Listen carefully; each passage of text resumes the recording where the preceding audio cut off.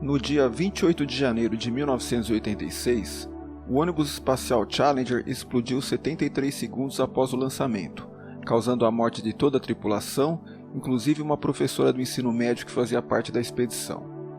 Muita investigação foi realizada para se localizar a causa do acidente. Um anel de vedação, que teve sua condição estrutural alterada pela baixa temperatura no dia do lançamento, se rompeu devido a uma rajada de vento inesperada, o que permitiu que os gases de propulsão chegassem a um ambiente que levou à explosão da nave. Os investigadores apontaram, dentre outras causas, falha na análise técnica, pois havia relatos repetidos de danos nos anéis de retenção em voos anteriores, além de falhas de comunicação. Uma das falhas no processo de comunicação se refere a um relatório preliminar ao lançamento, que foi considerado mal elaborado e incapaz de convencer os gerentes do projeto a respeito do adiamento do lançamento. A outra falha de comunicação está relacionada ao fato de a decisão a respeito do lançamento ou não do foguete ter sido tomada em uma teleconferência com participantes situados em 3 diferentes cidades dos Estados Unidos sem que se olhassem uns aos outros. Esse trágico acontecimento nos mostra a importância da comunicação. É disso que trataremos nesse encontro, ou seja, vamos discutir cuidados para garantir a qualidade da comunicação. Comunicação é um assunto muito amplo e esse caso nos permite falar por horas sobre o tema.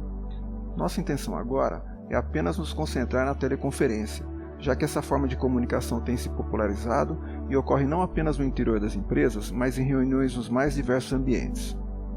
Inicialmente, vamos detalhar um pouco mais o caso.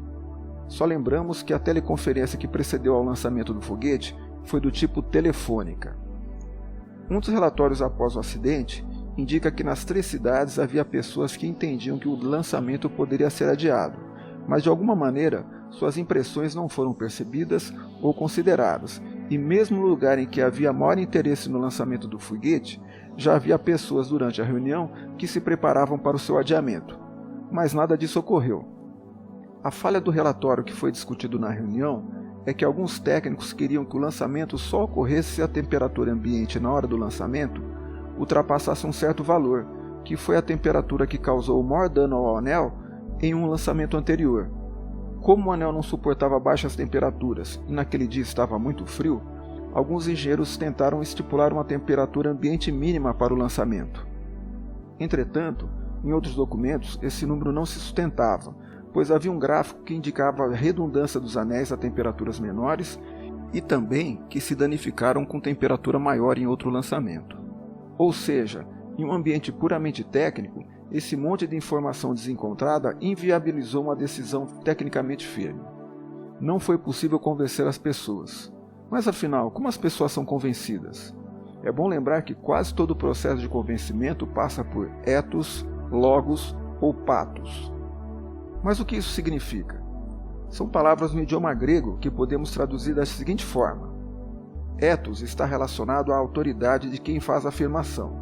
Se for uma pessoa confiável, os demais tendem a seguir sua opinião. Logos diz respeito à razão, ao cálculo, à lógica, coisa que não funcionou bem devido à imprecisão do relatório.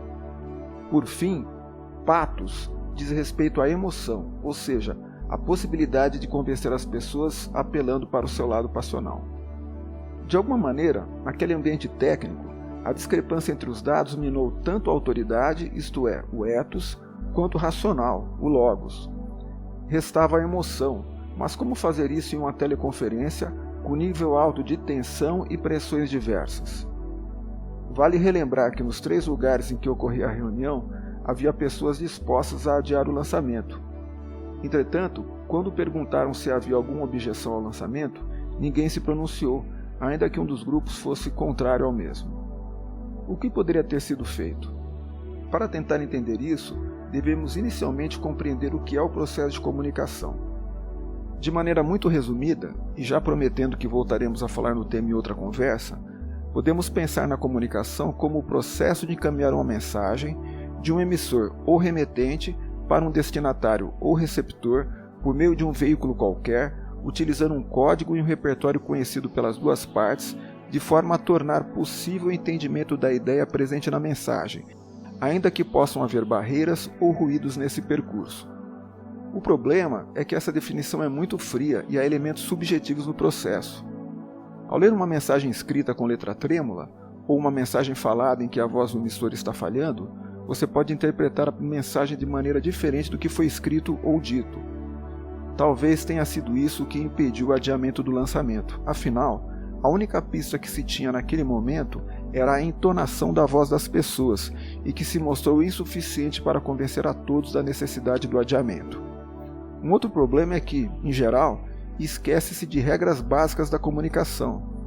A primeira é que comunicação significa tornar comum. Portanto, se as partes não chegam a um ponto em comum, a reunião não pode ser encerrada. Segundo, é que todo processo de comunicação tem duas partes, quem emite e quem recebe a mensagem. Sendo assim, tanto um quanto o outro são responsáveis pelo sucesso da comunicação, e não apenas aquele que envia a mensagem. Enfim, o que aprendemos de tudo isso e como podemos aplicar nas nossas teleconferências? Bem, ao contrário do corpo técnico que participou da teleconferência que confirmou o lançamento da Challenger, nós vivemos na época das videoconferências. Sendo assim, apesar de nossa internet ainda instável, entendo que devemos fazer um esforço para mostrar nosso rosto nas reuniões. Isso ajuda os demais participantes a capturarem nosso ânimo e até preocupações durante a reunião. Entretanto, tão ou mais importante que mostrar nosso rosto é o que de fato nós somos, ou seja, nossas características pessoais que tornam nossa palavra e o nosso ponto de vista confiável, ou seja, o nosso ethos. Ethos é algo que é construído durante nossa vida profissional e pessoal. Portanto, lembre-se que toda reunião que você participa, ela já iniciou há muito tempo, desde quando você começou a construir sua reputação.